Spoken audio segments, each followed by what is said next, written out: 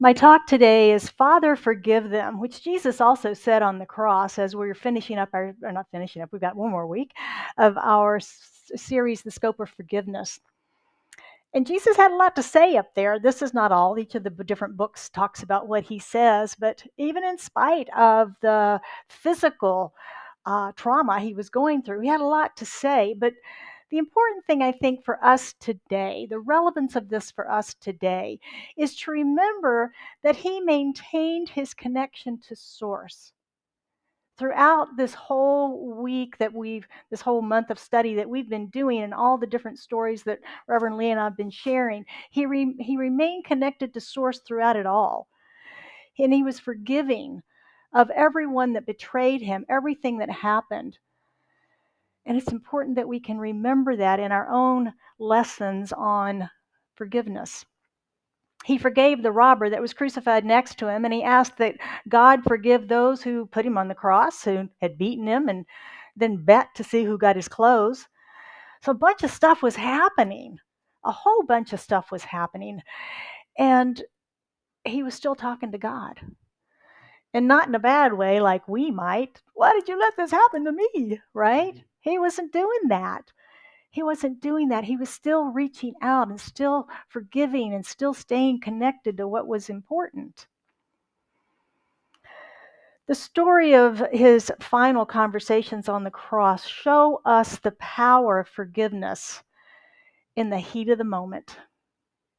In the heat of the moment. And that's really what I want to talk about this morning is how can we learn to forgive in the heat of the moment so that we don't have to go back and do the forgiveness work and carry the burden and the pain and the suffering and all that goes along with things that we hold on to and don't forgive. How can we forgive in the moment? So we're going to look at that. I think he's a great example for us to consider the next time that we're facing a difficult or challenging situation. Now, is what I'm talking about easy? Absolutely not. It is not easy because we're emotional beings, and when we feel a challenge or something coming up for us, we are activated in our fight or flight programming. And we all have programmed responses that we go to. Some of us just get big and bold and we're going to fight off the world every time we're challenged with anything. Some of us shrink away or leave or run away. Maybe we try to negotiate our way out of it. Maybe we have a mechanism where we start telling stories and trying to distract or something else. We all have a mechanism that is our go-to in those situations. Now, you've heard Reverend Lee and I mention several times that when we pick a topic, that we usually get to experience it throughout the week as we're preparing, and this week was no different. I had lots of opportunities to practice forgiving in the moment. Forgiving in the moment. I got to forgive while the person cut me off in traffic. I got to forgive while the coworker berated me. I got to forgive when someone did something I really didn't like. I got to practice in all of those. And I'll confess, I failed many times. I didn't get there instantly. I didn't get there instantly, but I did begin to get the hang of it, and I want to share that with you. Our emotions are powerful. Do you agree? Our emotions are very powerful. And of course, during this week of opportunity, I experienced many of them: anger, fear, frustration, judgment, blame. I wouldn't feel this way if you didn't do that, right? Yeah. So I finally laughed and realized, hey, these are your opportunities to forgive in the moment. Oh, great. Wait a minute. How do I do that? How do I do that? Ernest Holmes is the founder of Centers for Spiritual Living, and he's the author of The Science of Mind that we teach from. And he says it is necessary that we release all thoughts as well as things that clutter up our lives. In the course of our lives, most of us have already claimed quite enough baggage that we need to heal. So, why would we allow anything new to come into our minds that we're going to hold on to that we then have to do our forgiveness work on in the future. One of the practices that I used this week was to reframe the situation. Now, you're probably familiar with that. You've heard, you're driving down the road and somebody speeds up really fast and passes you and then cuts in front of you. And, oh, well, maybe they're an emergency physician on their way to the hospital and they've got a patient that needs them really badly. I forgive them. You've all heard of that kind of framing, right? So we have those, but I wanted to play with that a little bit more. How can I do this? How can I reframe? Could I catch myself? Could I actually catch myself when I feel those emotions rising, when I feel that upset coming on? Can I catch myself, not suppress it, catch it and transform that energy into something else? Is that possible? What I found is that I needed to trick my mind. I needed to trick my mind. Our minds love questions and problems, right? Problem solving, want to noodle on something. So what I had to do was distract my mind from the emotional rising that was coming and give it something else to think about and work on. One situation that I had that I used this in was a coworker. And she came over in the afternoon to share a gift with me, to share her venting and frustration over a new relationship with a new consulting firm. It was some powerful frustration. Came across as downright angry, and it felt like it was at me. So my fight or flight began to come up, right? I wanted to resist it, push back against it, argue with it, but I caught it. In the nick of time, I caught it. And I asked the question, why is she so angry? Why is she so angry? Why is she so frustrated? And I realized it really had nothing to do with me, so I was able to begin to diffuse that emotion of a feeling of being attacked. Had nothing to do with me. She was only sharing her out of control and very unproductive anger and frustration. What a gift. So I began then to listen for evidence. What's this really about? What is this really about? Is this just the growing pains of establishing a new relationship? Yeah, it's not doing the way we used to do it. We don't operate the way they do, blah, blah. Was it that, or was there something more there where I really needed to pay attention, take this information, and then go back to the consultants and talk to them and try to work something out?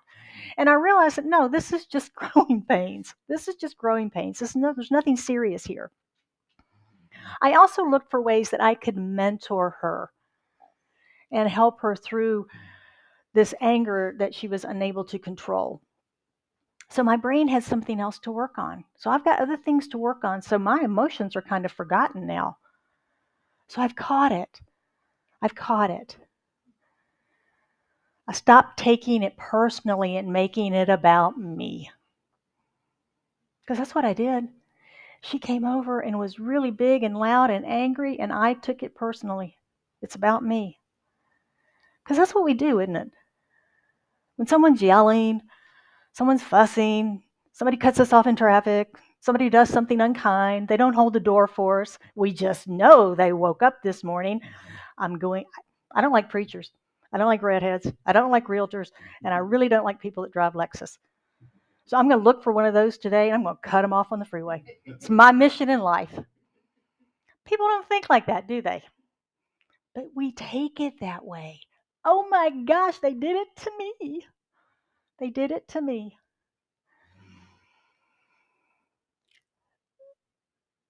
We get offended easily. We get offended. Jesus, in his most difficult moments, he was focusing on everybody else around him, wasn't he? He was focusing on everybody else around him rather than what was actually physically happening to him. He talked to God. He calmed the disciples when they wanted to attack the guards that were arresting him. He forgave everyone. And he completely surrendered and left us with the great example of let go and let God. Let go and let God. So when I tried this practice of reframing for the first time, it took a while to feel that shift, to feel that energy transform. I was alone and driving in the car, and I was having a chat with myself. You ever had an angry chat with yourself, work through something? Something had happened, I wasn't happy about it, so I had to talk myself through, get through that anger. And I guess as I had that aha moment and I laughed about it, this is another one of those opportunities,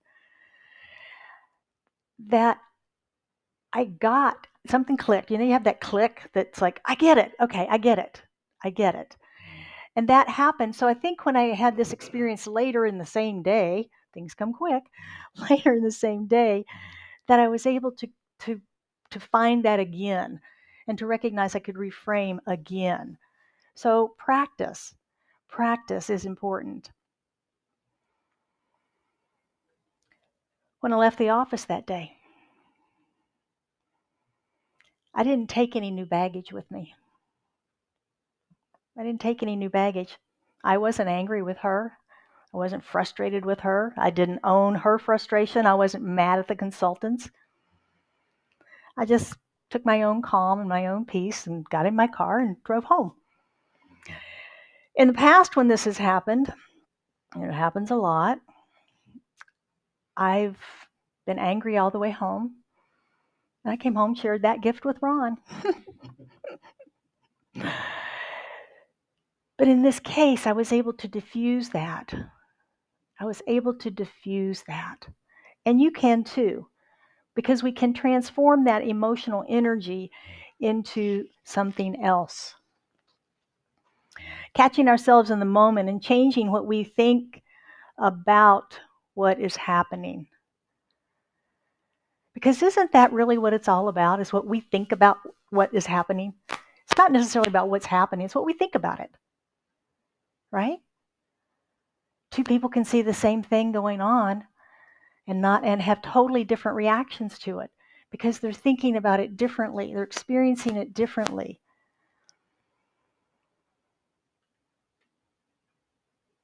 When we can do that, it allows us to no longer clutter our minds and keep collecting things.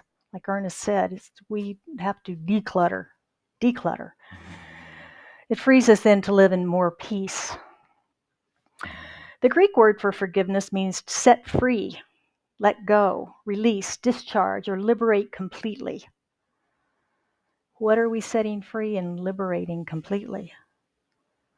Ourselves, right? Ourselves. In the past, I've allowed this coworker's outburst to anger and frustrate me because I want her to be different. How many times do we let that little emotion ruin our day? I want her to be different. I want him to be different. I want the situation to be different. I want the circumstances to be different. If it'd just be different, I'd be happy. Am I the only one? Okay, just checking. Science Mind teaches us to look away from conditions which now exist while accepting better ones. Look away from conditions which now exist while accepting better ones. This doesn't mean temper tantrums and rants against what is, demanding it to be different, telling our friends all about how awful it is. It means acknowledging the conditions and circumstances in our lives while at the same time accepting, believing, and making welcome better conditions. I don't know if you've heard the definition of genius is holding two conflicting thoughts at the same time and not going crazy. We're all geniuses in the science of mind because this is our teaching, right? We have to look away from the condition which now exists while accepting at the same time better conditions. Better conditions. We turn our energy away from the condition. We don't continue to resent it, to be angry about it, to be frustrated about it, to want it to be different. We turn away while we're affirming our good is arriving. And this is where most of us get in trouble. We love to talk about the problems, don't we? We spend 15 minutes in our meditation time, and then the rest of the day telling everybody how bad it is. Ain't it awful? Let me tell you what the doctor told me. Let me tell you how I lost my job and what bad person my boss is. Let me tell you about how bad this is or that is. We can't do that while accepting the good. While accepting the good. We get stuck in the what is. But wishing that conditions are different is not the same as accepting better ones. Wishing conditions are different is not the same as accepting, knowing, and just absolutely believing that better conditions exist.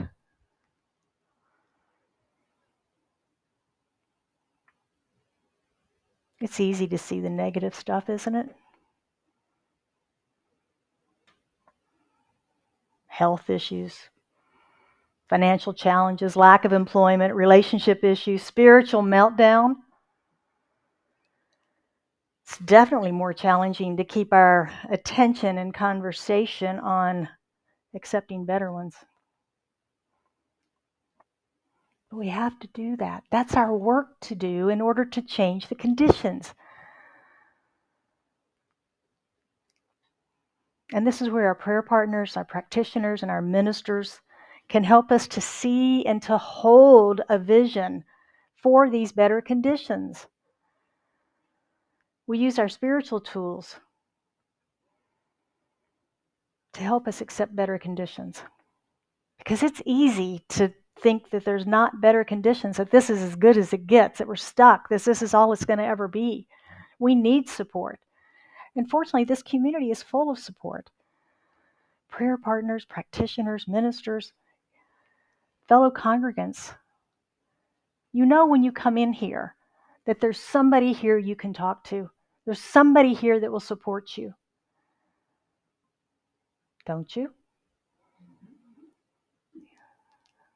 That's the importance of community. We're a safe harbor from the negativity of the world. We offer resources that can help us to fill our spiritual toolbox so that we get better at the job of living.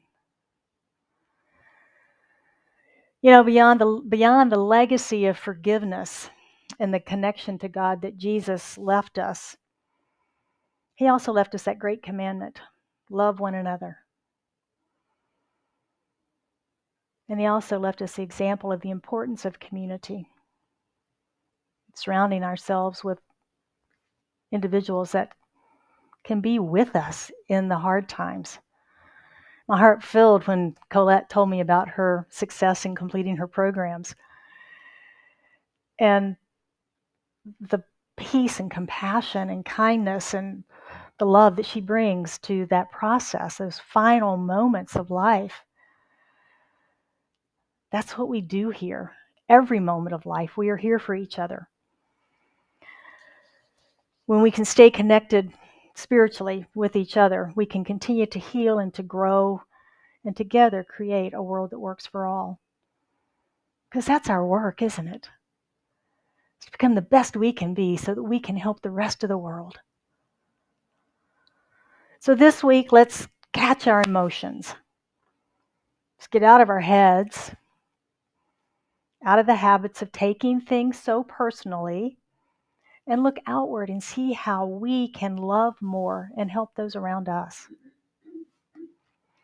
If you'd like to study more about these principles, I invite you to sign up for Mindful Monday. It's a newsletter that comes out every Monday that's a recap of our talk Reverend Lee or I send out.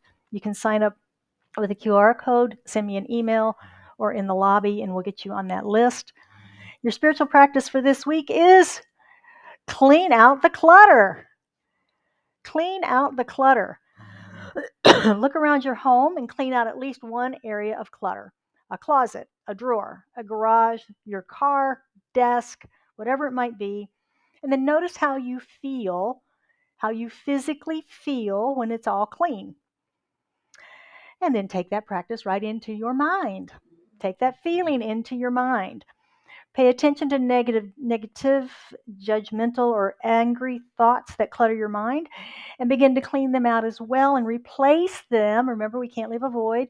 Replace them with thoughts of how you can be more loving, more forgiving, and not take things personally. It gets us in trouble all the time. Record your thoughts in your journal. So this week, let's remember that almost nothing that happens to us is really about us. And practice reframing. And remember, we always can let go and let God. And so it is. And now it's your turn. Questions or comments about reframing or forgiveness? Lori.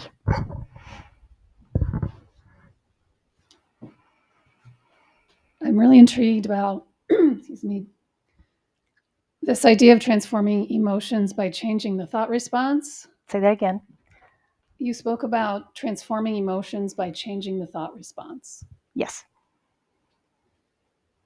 So I'm with you in your car. Oh, you're with me? I'm with you. The emotion comes in. And I understand the interplay between the mind and the emotions and the mind, and they go together and each does the other. But what I want to know is what happens to the emotions, those molecules that are created from the initial feeling, if they aren't felt and fully digested and released. Where do they go in this process? What happens? Beautiful. We know that energy is never destroyed, it is only transformed, right? So those emotions are energy that are coming up.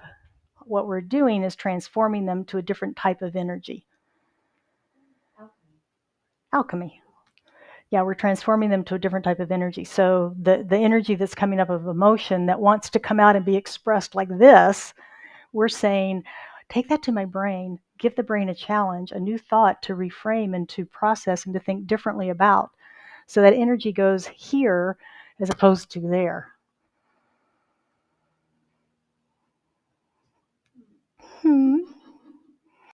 Try it and let me know how it works or doesn't work. I definitely don't, I'm not suggesting suppressing in any way, okay? That's not what this is about. This is truly about transformation from one type of energy to another. How do you know that you're doing that instead of a substitute? A substitute. Putting the emotions down and just getting all in your head and thinking things away. Practice. Yeah. For me, it was, I feel it in my body. If I feel emotion coming up that I'm in fight or flight, and I'm stuffing it, I feel a nervousness in my body. That energy is very active and moving in my body. Whereas in this situation where I had transformed it, I was really calm. I mean, I was completely no tension anywhere. I was completely calm. So that's how I know the difference, that it's been transformed, is the physical feeling within the body. Okay. Diane. Thank you.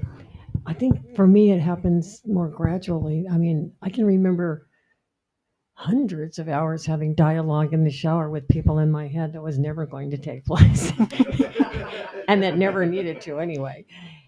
But seriously, and now I can get in the shower and think, oh, most of the time. So I think part of it is taking myself, that ego out of it. It is not about me. And like my brother came through here in a hurry a couple of weeks ago, stopped briefly for lunch at my sister's and kept going to see one of his sons was ill in California. So now he's coming back Monday and he's staying at my house. And I'm like, for the first time, I didn't get upset. I just thought, oh, I'm so sorry this is happening. It's not about me and blah, blah, blah, blah. But that would be unusual because it's my big brother and we're closer in age and it's mine. So, but anyway, I think the difference in transforming it, now I still have some of those thoughts when they come in, and they're usually judgmental. I'm usually judging somebody. And then I laugh because I think, how many times have I done something, if not exactly like that, I had a better excuse for doing it. So it's just a joke. It really is. It happens really gradually for me. And I get to be this age and have that. And I'm so grateful for being here and having this to remind me that we're all so alike. We all have those moments and we all care so much. So thank you. Thank you.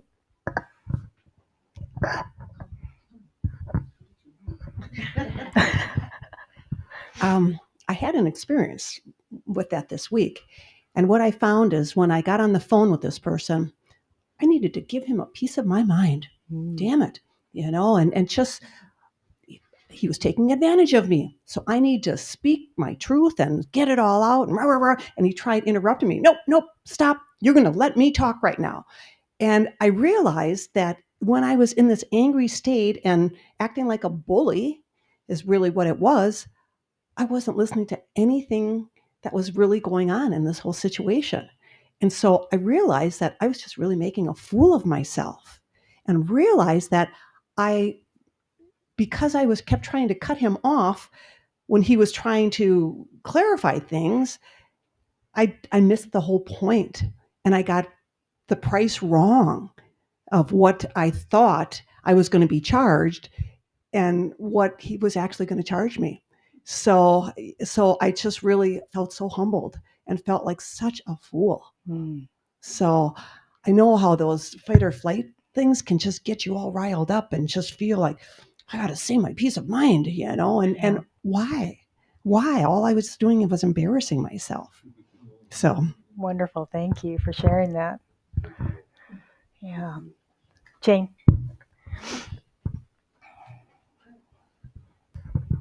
I hate to bring this up, but politics. I'm just getting more and more worried about this whole country. What's going to happen? That's it. And I'm bitter. Okay. All right. And that is, we're in election year, right? Everybody knows we're in election year. It's going to get crazier. But when I was thinking about it, because that was almost in my talk today, and what came up was Ernest's quote about how as long as we focus on evil, evil will be present. Not saying that politics is evil, but we complain about crooked politicians. We complain about crooked politicians and this, and that, the other. As long as we keep doing that, what are we doing? We're feeding it. So when we can quit doing that and get ourselves into trusting that God is all there is, and we can hold our thought on better conditions and not complaining about the condition that we don't like, when we can do that, and we collectively all do that in this country, things will change. Things will change. They simply will have to. We have seen it historically over time. If you look at a long timeline, slavery in this country was okay until it wasn't. Women couldn't vote in this country until that wasn't okay anymore either. Equal rights, civil rights, all the things that have happened have been okay until they weren't okay and they had to change. The change occurred in consciousness. And the same thing will happen in our political system when we change our consciousness around it. But we've got to stop focusing on the problem and focusing on what the solution and what we prefer instead. Well said. All right. Hi, my name's Eric. It's never about me, you said. Never, ever is it about me. So if I think that it is about me, is it such that I'm in a space where I am not connected to the divine within and that I'm being selfish in a sense and not projecting out the love? Is that true, or is it sometimes about me? I think we could get into specifics and ferret that out a little more clearly, but what I was referring to about it not being about us is how we take ownership of so many things that really aren't specifically about us. We get mad at a stranger who didn't hold the door for us as we were coming in, and they were right in front of us and they just closed it in front of us. We get offended by that. It really wasn't about us. They were distracted about something else. Something was going on in their world. We just happened to be in the flow of their life. Um, there could be things about us that, let's say we're not performing on a job and we're not getting our work done, we're hanging out on Facebook, we're shopping on Amazon, we're not doing our work, and we get reprimanded or even terminated for that. That's kind of about us. Because of our behavior, we have now put ourselves in a situation where we're not providing the service we're being paid for, so we're let go. So that is about us, but it's about what our actions have been that have created and caused that. The things that I was talking about are really where we take ownership of. I'll use the word random. I know some of you are going to object to that. Random things that happen to us, and take ownership of that, and that's an ego thing, thinking because we're the center of our own universe. If we're centered in the heart and these things are happening, then they just happen. It's right off our back. Yeah. Okay. Yeah. Exactly. Good question. Thank you. Anyone else? I will just express my gratitude for the overall subject of forgiveness this month. And I like how you said again that forgiveness is for me, it's for us. And that's just really pertinent. It's something that has been relevant for me recently as I'm working through continuing to forgive my family and my mom, especially. And I understand that it's for me, so that's not holding me back anymore. So I just wanted to say thank you. Thank you for sharing, Katie. Forgiveness is always for us. And it doesn't mean that we necessarily forget. It doesn't mean we don't take the lessons that have been presented in the way they've been presented. And it doesn't mean that there's not still healing within us. Forgiveness is letting go of the suffering that we're creating within ourselves around those thoughts and memories. And letting go is the release and the peace that we get. It doesn't mean that we approve of what happened. And that's where we get sometimes mixed up, that if I forgive them, that means I condone or approve of what happened. And that is not the case. We can still keep that separate. It just means that we don't. It's like I was talking with Lori, the transformation of the emotion is what we're doing. We're transforming that emotion of unforgiveness into the freedom of forgiveness. Anyone else? Yes. This just reminds me of something. So, this reminds me of something that I've been taught and learned through like various personal development programs and things that I've gone through. And it brings me back to this idea of accepting what is.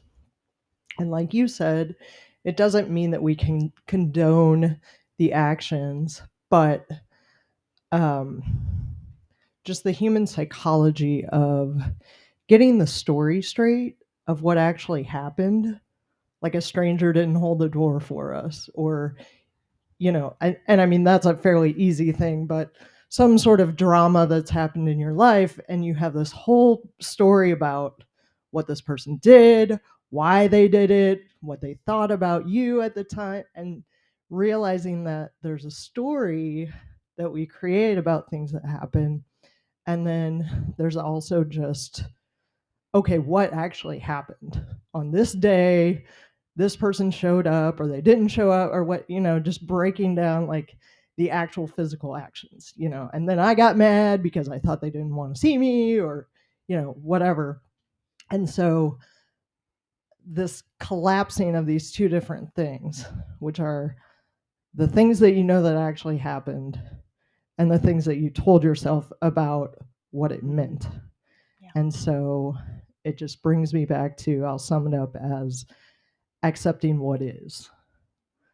Not that you like it, but just being able to, for your own, and this is where I struggled for a long time with this idea of forgiveness is for yourself and not other people. And it's like, oh, that sounds great, but what does that really mean? And for myself, if I think of it as accepting what is, like being able to separate what I know physically happened in the world and what I thought about it, allows me to have the clarity to address it. Like, I don't have to like it, but I can at least Right. have a clear mind to address whatever the thing is, what I didn't like about it, and then I can actually see for the future, like, what would I like to see instead. Right. So you just reminded me of all that. So Wonderful. thank you. Thank you. Thank you for sharing. That's why it's important that we clean things up as quickly as we can and then don't let them fester, because that's when the story starts, when we allow things to fester. So clean it up immediately. I had a situation with Steve last week that I made a comment, and I realized quickly thereafter that that comment wasn't exactly correct, and I went back and I cleaned it up immediately. It's like, no, let me clarify this. This is really what happened. It was not quite the right timeline. Beverly. And then we got to wrap up here. One real quick one. Thank you for sharing. That really is a deep-rooted aspect from in the way I've been trying to evolve my life and think clearer about understanding what other people are really thinking. But the other thought that just came to mind is about finding what would you love instead. That's a key one for me. And like when I had an experience a couple weeks ago. I had a service person that was supposed to show up, and I sat there for 4 hours, 6 hours, and no show, not a phone call or anything. And I'm so angry when I wasted my time out rude. And I thought, whoa, what if he was in an accident? I sure hope he's healthy. I hope he's safe, and I've been training myself to jump over the fence. And what would I love? What would he love? When you're in a car and somebody cuts you off or, whatever, you get pissed off and angry and fearful, but oh my gosh, they're having a rough day. I sure hope they get home safely. I hope they calm down. Yeah. So, Excellent. What would you love instead? I love that. I've quoted Beverly many times with that. What would I love more? What I love best. Thank you all. You are such wonderful, wonderful beings of light, and your sharing is always so powerful. I appreciate you so much. Shall we take it into some prayer? All right. As we move within, we recognize that there is one life. That life is God. It is the infinite intelligence, wisdom, power. It is the allness of the all. It is that which is created in the Creator. And it is in, through, and as all of its creation. And all of it is here now, present in this room, in, through, and as each one of us, as expressions of it. We are that love, light, and joy, the peace, the prosperity, the wisdom that God is. For we live, move, and have our being in spirit. And every time we grow, move, and evolve, spirit giggles because it's more of God expressing uniquely through each one of us, individualized. And so knowing that's who and what we are, I speak my word for and about each of us. As we allow ourselves to remember that we always walk with the presence of the divine, no matter what's occurring in our lives, no matter what we're dealing with, no matter what the circumstance is, we always walk with the presence. We know that our emotions are guiding and guarding us always.